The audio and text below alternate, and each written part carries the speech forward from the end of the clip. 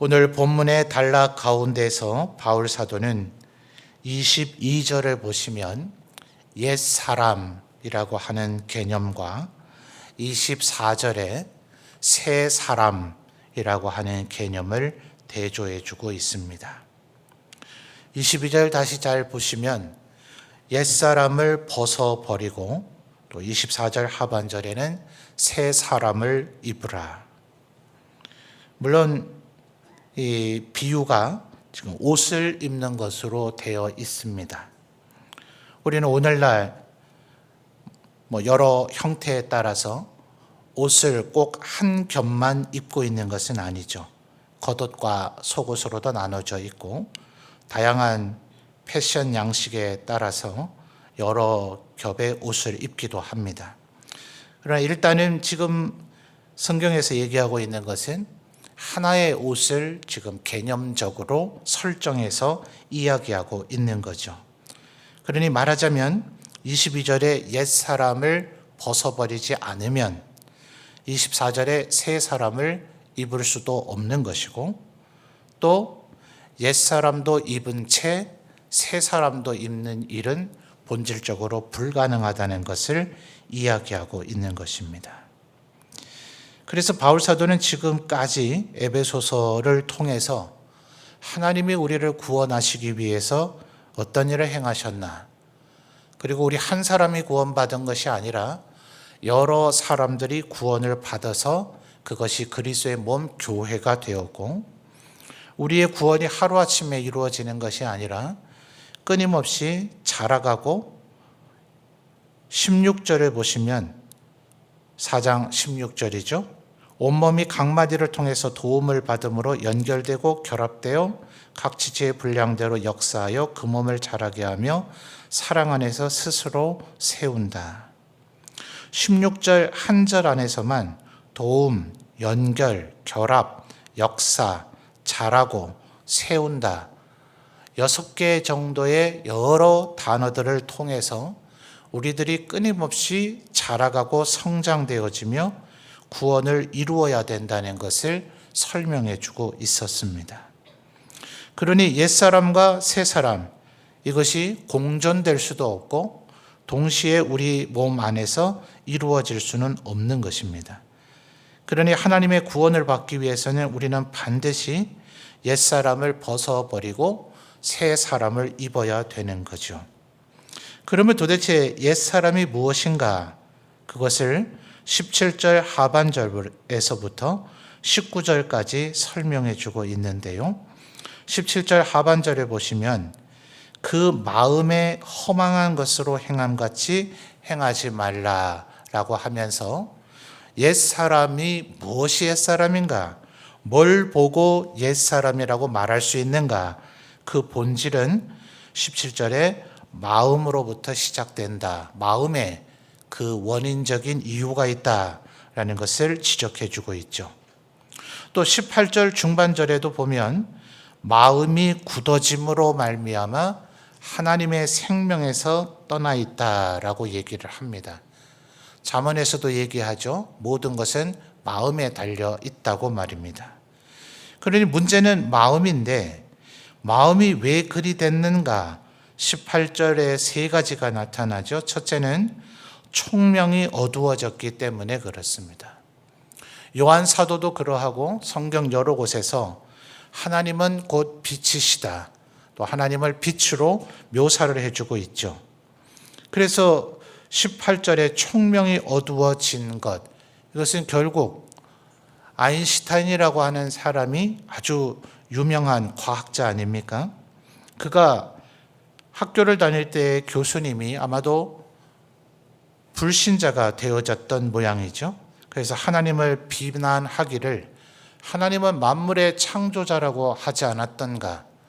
그렇다면 악이라고 하는 것도 결국 하나님이 창조하신 것 아닌가? 선만 창조하면 될 일이지 무엇 때문에 악을 창조해서 우리 인간을 악인이 되게 만들어 놓으시고서는 구원을 받으라고 우리에게 이야기하시나? 라고 이야기를 하니 아인슈타인이 그렇게 얘기했다 그러죠. 교수님의 지금 근본적인 전제가 잘못된 것입니다. 악이라고 하는 것은 근본적으로 독립된 존재로 존재하는 것이 아니라 선의 결핍을 악이라고 개념적으로 규정한 것에 불과합니다.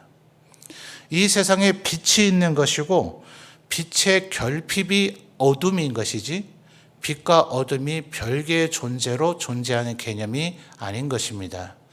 그는 이미 교수님과의 이런 대답을 통해서 그가 얘기하는 소위 과학의 모든 전제들, 그가 세운 위대한 업적들이 있지 않습니까? 그것의 전제를 이미 이야기해주고 있는 겁니다. 결국 아인슈타인도 그렇게 진단하고 설명해주고 있는 것처럼 18절 상반절에 총명이 어두워졌다라고 하는 것은 별개의 상태를 얘기하는 것이 아니라 바로 하나님에게서 격리되어지고 하나님에게서 떠나가고 좀 더 신학적으로 표현하면 하나님의 부재의 상태인 것을 이야기하는 것입니다. 어떤 신학자는 말하기를 우리가 흔히 성경에서 지옥은 죽지 않고 영원한 고통을 당하며 아주 뜨거운 불로 인해서 끊임없이 고통을 당하는 것으로 많이 묘사되지 않습니까? 그래서 우리는 흔히 지옥을 그런 것으로 상상을 합니다. 그러나 보다 본질적인 것은 그것에서 고통을 받느냐, 뜨거운 것이냐, 괴로움을 당하는 것이냐의 문제가 아니라 지옥은 하나님의 부재, 하나님이 계시지 않는 곳. 물론 이 말을 또 오해해서 그렇다면 결국 하나님은 무소부재하신 하나님이 아니시라는 얘기인가? 하나님께서 존재하시는 공간이 결국 있다는 얘기냐? 이렇게 이해하면 안 됩니다. 이게 설명을 하는 언어의 한계이거든요. 하나님의 부재, 하나님을 조금 더 느낄 수 없는 그 심령의 상태, 그게 지옥이지 별도의 지옥이 필요하냐 이 말이에요. 그래서 지옥이 물리적인 공간으로서 없다는 얘기는 아닙니다. 그러나 실체적인 혹은 실존적인 지옥은 이미 하나님의 부재, 하나님이 없는 듯이 여기고 있다면, 하나님이 없는 듯이 살고 있다면, 하나님이 안 계신 것으로 여기고 있다면 그 자체가 단순한 불신앙의 상태가 아니라 지옥과 다름이 아니다 하는 겁니다. 그러니 결국 22절에서 얘기하는 옛사람의 근원적인 문제는 우리의 겉으로 드러난 행동에 있지 않습니다. 우리는 흔히 선과 악을 분별하고 그것을 판단할 때 계명을 어겼느냐, 그러니 예를 들어 살인했는가, 도둑질했는가, 간음했는가, 겉으로 드러난 행동으로 자꾸 판단하려는 경향이 있거든요. 그런데 바울사도는 지금 17절에서 19절까지 논리를 얘기할 때 그 옛사람에 빠져 있다는 것의 본질은 결국 마음이라는 거예요. 그 마음이 하나님으로부터 떠나서 총명이 어두워지면 18절의 중반절에 결국 무지한 상태, 하나님을 모르니 창조주도 모르고 창조주를 모르니 구원자도 모르며 구원자를 모르니 심판주를 또한 모르게 되겠죠. 이 무지함들은 이토록 연결이 되어져 있는 겁니다. 그러니 영생이 있다는 것도 모르며 부활이 있다는 것도 모르고 구주 예수 그리스도께서 우리의 구원자 되셨음을 모르는 총명이 어두워져서 암흑의 상태에 빠져 있으니 결국 무지함의 상태로 나아가게 되어지고 18절 중반절에 마음이 결국은 굳어지는 상태, 이것을 성경에서 고집 혹은 완고함이라고 하는 또 다른 단어로 표현하죠. 결국 마음이 돌같이 굳어져 버리면 하나님의 생명에서 떠나 있게 되어지고, 마음이 돌처럼 굳어지고 어두워지고 하나님의 생명에서 떠나 있으니 19절에 그래서 감각이 없는 자가 되는 겁니다. 감각이 없으니 선과 악에 대한 분별도 사라지고 악을 저지르실 때 수치감도 사라지죠. 몰염치하다라는 말씀을 들어보셨습니까? 날이 갈수록 죄악이 관영해지고 있다는 것의 증거는 옛날에는 죄를 지으면 누가 지적하지 않아도 스스로 수치스러워합니다. 부끄러워합니다. 요즘은 죄를 지적을 해도 내가 무엇 잘못했느냐 하면서 뻔뻔하게 굽니다. 뭐가 문제입니까? 19절에 감각 없는 자가 된 것인데, 그 감각 없는 것의 출발은 결국 18절에 마음의 굳어짐, 양심에 화인 맞았다라는 표현이 성경에서 나타나죠. 바로 그것으로 말미암아 감각이 없는 자가 되어져서 감각이 없어져 버렸으니 19절에 그 다음에는 죄가 급증하게 되어집니다. 방탕에 방임하게 되어지고 모든 더러운 것을 욕심으로 행하게 되는 것. 자, 17절에서 19절까지의 논리가 뭐라고요? 겉으로 드러나는 행동이 문제가 아니다. 그 마음이 근원적으로 하나님으로부터 떠나 어두워져 버리기 때문에 결국은 그러한 행동을 하게 된다는 거예요. 그래서 기독교는 윤리가 아닌 겁니다. 여러분, 아마도 여러분이 예수님을 믿고 혹은 또 여러분의 자녀손들을 가르치고 또 주일학교 학생들을 가르치게 될 때 우리는 자꾸 이러면 안 돼. 그건 안 되는 거야. 그래선 하나님의 백성이 아닌 거야. 라고 여전히 외형적인 행동에 자꾸 우리의 마음이 사로잡혀 있으면 그것은 어쩌면 본질적으로 기독교 신앙이 아니라 윤리일 수 있다는 거예요. 기독교의 가르침과 하나님의 우리를 향한 바람은 그런 외형적인 행동을 제어하고 통제함으로써 우리의 의의를 이룰 수 있다는 것이 아닙니다. 하나님이 우리의 마음이 하나님과 함께할 때, 하나님을 경외할 때, 그리고 하나님의 다스림과 통치를 받을 때 우리의 마음이 그렇게 바뀌어져야만 그 후에 우리의 행동이 거룩한 사람이 되어진다 하는 것입니다. 그런데 여러분 17절로 다시 거슬러 가서 잘 보시면 바울 사도가 이것을 누구에게 현재 얘기하고 있습니까? 에베소 성도들에게 얘기하고 있죠.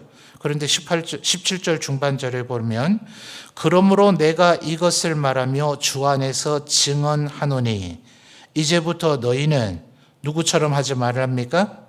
이방인이 그 마음에 허망한 것으로 행한 같이 행하지 말라 그랬습니다. 여러분 여기서 말하는 이방인이 누구일까요? 성경에서 얘기하는 이방인은 주로 누가 사용합니까? 우리가 생각하는 이방인들이 자기들을 가리켜서 우리는 이방인이다 이렇게 얘기하지 않죠. 그죠? 우리가 장로교회이기 때문에 점천 침례교회, 점천 감리교회 이렇게 부릅니다. 그분들을 자기를 감리교회, 침례교회라고 안 부릅니다. 자기들은 점천교회라고 그러고 우리를 점천제일 장로교회라고 부릅니다. 이방인들이 자기를 이방인이라고 부르지 않아요. 유대인들이 유대인 아닌 자들을 부를 때 이방인이라고 부르는 겁니다. 그런데 지금 만약 바울 사도가 에베소인이 그럼 이방인 아닙니까?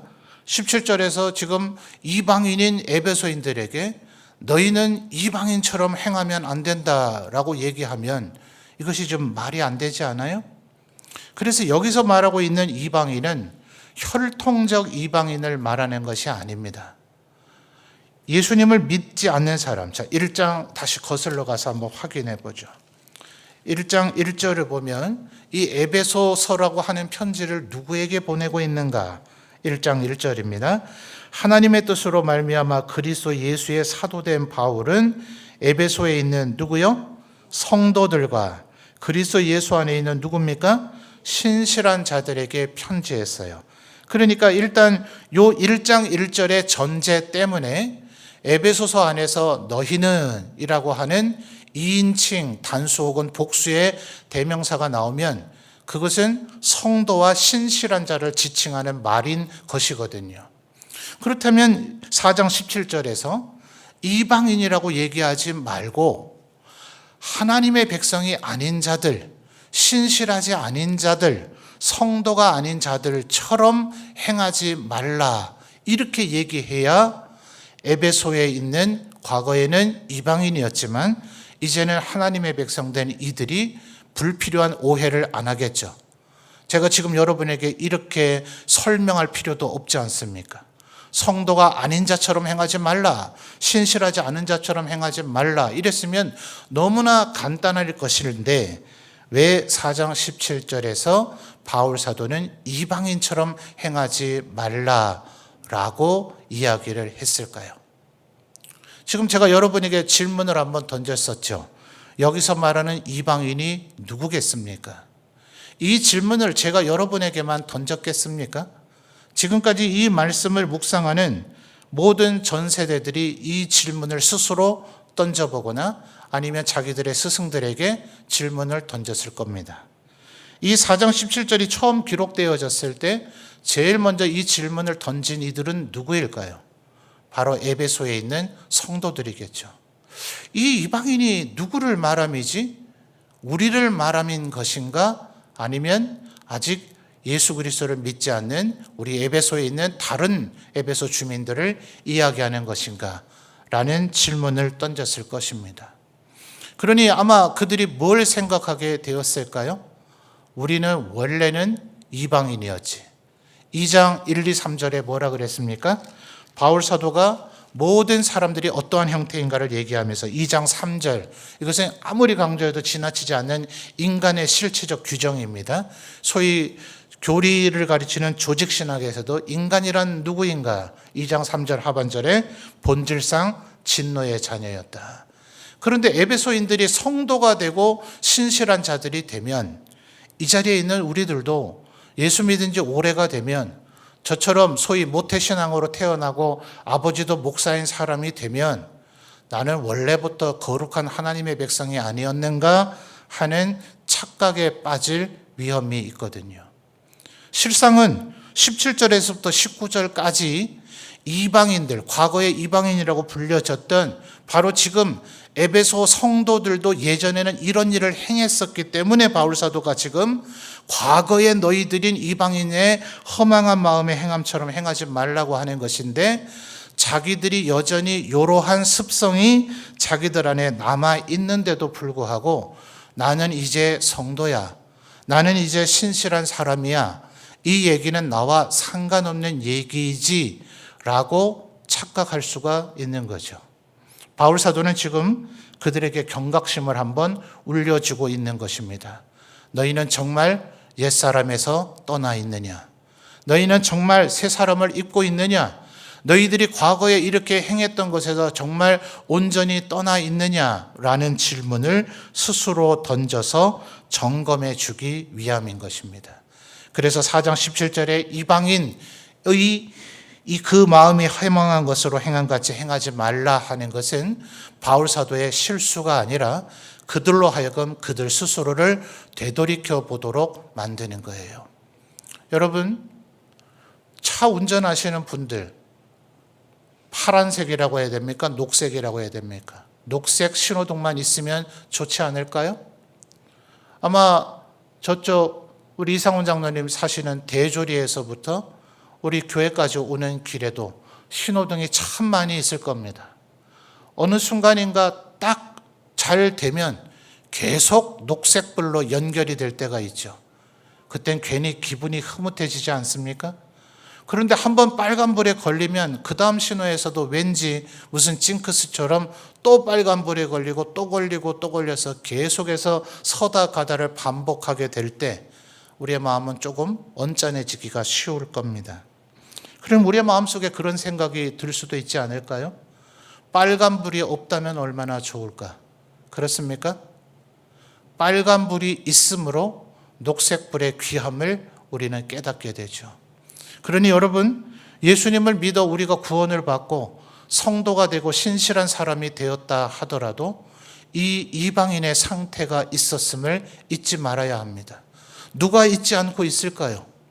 바울 사도는 절대로 잊을 수가 없죠. 그 자신이 자기가 얼마나 대단한 존재라고 여겼겠습니까? 그 스스로 말하기를 난지 8일 만에 할례를 받은 사람이었고 바리새인 중에 바리새인이고 히브리인 중에 히브리인이었다 라고 얘기했었죠. 그런데 다메섹에서 예수님을 만나고 보니 그때 자신이 옳았습니까? 그렇지 않았죠. 자기는 빛과 광명 속에 있는 줄 알았지만 실상 자기는 흑암 속에 있었던 것입니다. 그 마음이 허망했던 것이고 총명이 어두워졌던 것이고 무지했던 것이고 마음이 굳어졌었던 것이죠. 그래서 우리가 옛사람을 완전히 벗어버리지 않으면 여전히 옛사람 가운데 머물고 있는데도 불구하고 내가 새 사람인 것처럼 착각에 빠질 수 있고, 그는 그 마음이 굳어졌고 총명이 어두워져서 무지함으로 19절에 감각 없는 자가 됐으니 절대로 그 옛사람의 사슬에서 벗어나지 못하는 겁니다. 그래서 어떤 분들은 저 같은 목회자가 이런 설교를 할 때 마음에 자꾸 죄책감을 느끼고 나는 아직 하나님 말씀대로 하지 못하는데 어떻게 하면 좋죠? 라는 걱정을 합니다. 개인적으로 제게 질문하실 때 제가 늘 답변해 드린 내용이지만 공개적으로 공식적으로 모두 앞에 말씀드립니다. 그게 정상입니다. 이런 얘기를 들으면 남의 얘기인 것처럼 마음이 평안한 그 사람이 지금 19절에 얘기하는 감각 없는 자입니다. 이게 지금 남의 얘기인 것 같고 누가 오늘 꼭 예배 자리에 와서 이 얘기를 들어야 될 텐데 라고 생각하는 사람이 총명이 어두워져 있는 사람이고 무감각해져 있는 사람이에요. 내가 이 얘기를 듣고 이건 마치 내 이야기한 것 같다. 나는 아직 옛사람을 벗어버리지 못한 것이 아닐까라고 마음에 생각이 드는 그 사람이 새 사람으로 옷 입고 나의 이방인이었던 시절을 되돌이켜보는 새 사람을 입은 사람이란 말입니다. 여러분, 옛사람을 입어 있는 사람이 총명이 어두워져 있고 마음이 굳어져 있고 감각이 없는 사람이 자기 자신이 이방인이라는 걸 되돌아보겠습니까? 되돌아보지 않죠. 자기가 지금 이방인인데 뭐가 문제의식이 있어야 내가 지금 이방인과 똑같이 여전히 행하고 있는 게 아닌가를 점검할 거 아니에요. 오직 새 사람을 입은 사람만이 내가 혹시 예전 이방인이던 시절, 옛사람을 입고 있던 시절의 모습이 여전히 내 안에 남아있는 것 아닐까를 점검하게 되어져 있단 말입니다. 그래서 기독교 신앙은 태도라고 얘기해요. 우리가 이 세상을 떠날 때까지 나는 이제 이만하면 됐다. 주님 앞에 설 준비가 됐다. 주님 어서 나를 데려가시옵소서. 이런 마음은 먹을 수가 없는 것입니다. 주님 앞에 서게 되는 날까지 우리는 성화를 위해서 여전히 힘쓰고 애쓰고 있지만 하나님의 견인의 은혜가 아니고서는 나는 도무지 하나님 앞에 설 수 없는 자이구나 라는 이 양면의 마음, 이것이 경외라고 많은 신학자들이 설명을 합니다. 그래서 바울 사도는 이런 것을 끊임없이 점검할 수 있고 동시에 새 사람을 입을 수 있는 방법을 오늘 얘기합니다. 지금 17절에서 19절까지가 옛사람에 대한 설명이었다면 새 사람에 대한 설명은 25절부터인 다음 시간에 설명이 될 것이고 오늘의 단락 속에서는 옛사람을 벗어버리고 새 사람을 입는 방법을 얘기하는데요. 20절과 21절에 동사들을 찾으시면 되겠습니다. 20절과 21절 우리 성도님들이 다시 한번 읽어봐 주실까요? 20절, 21절입니다. 읽어주세요. 시작.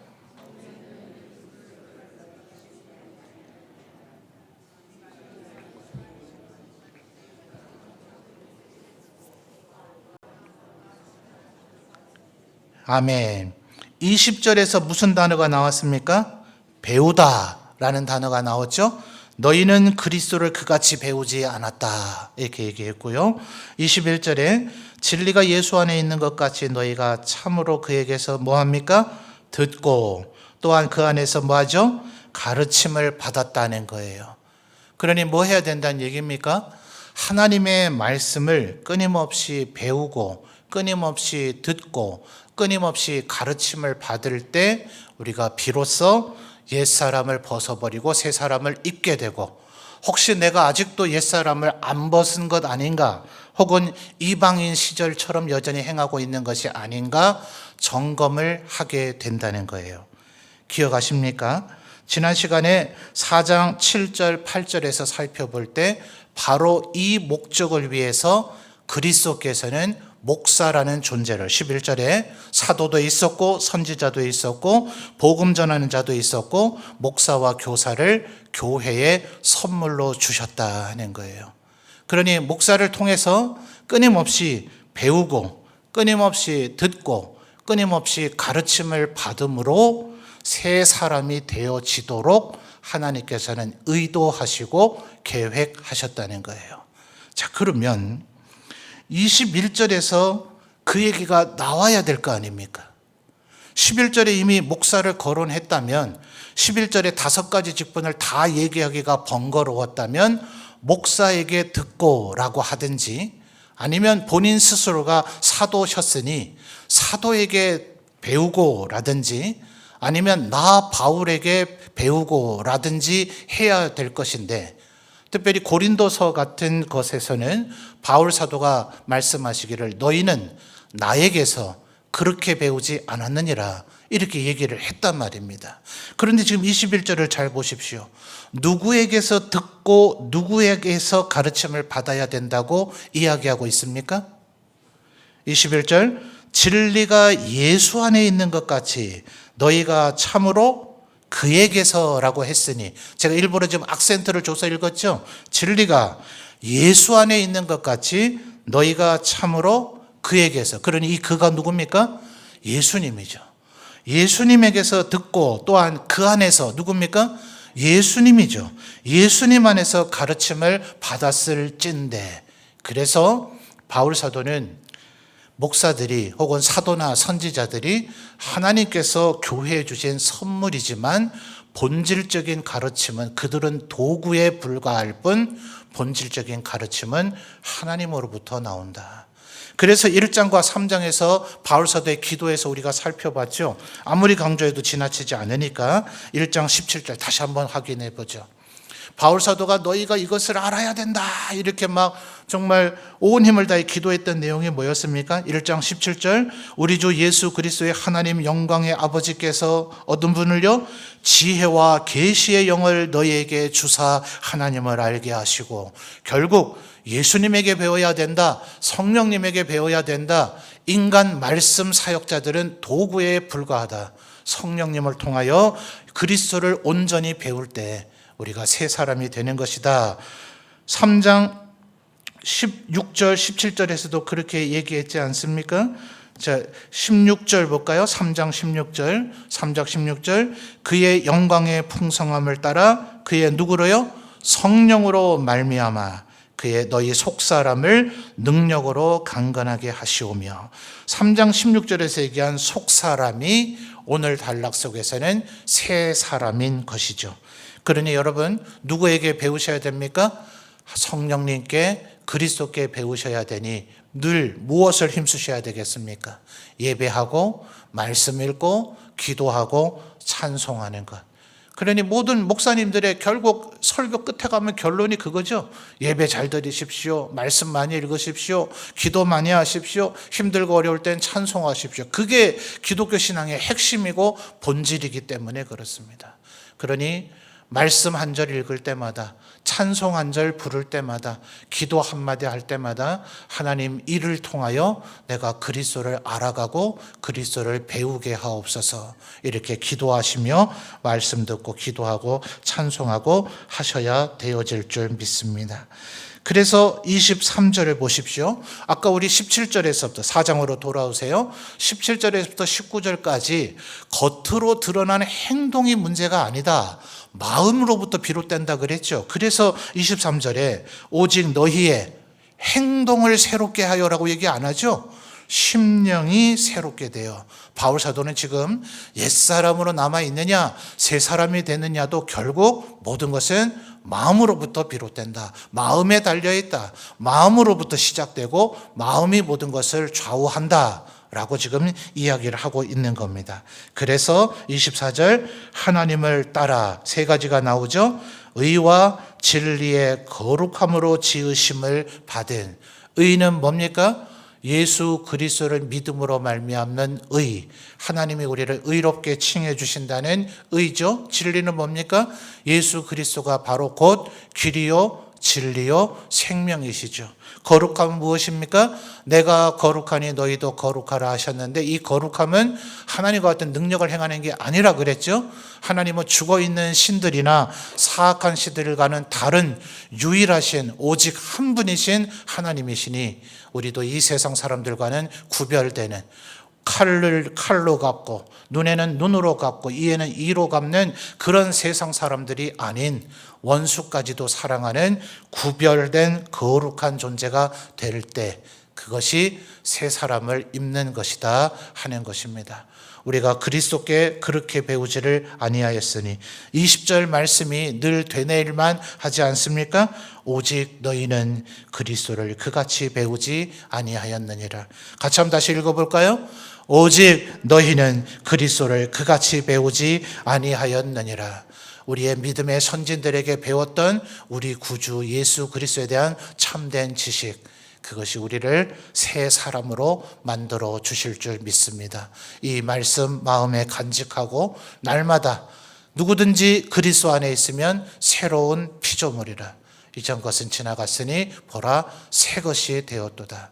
날마다 새 사람이 되어지시는 우리 모든 성도들이 되시기를 주님의 이름으로 축원합니다.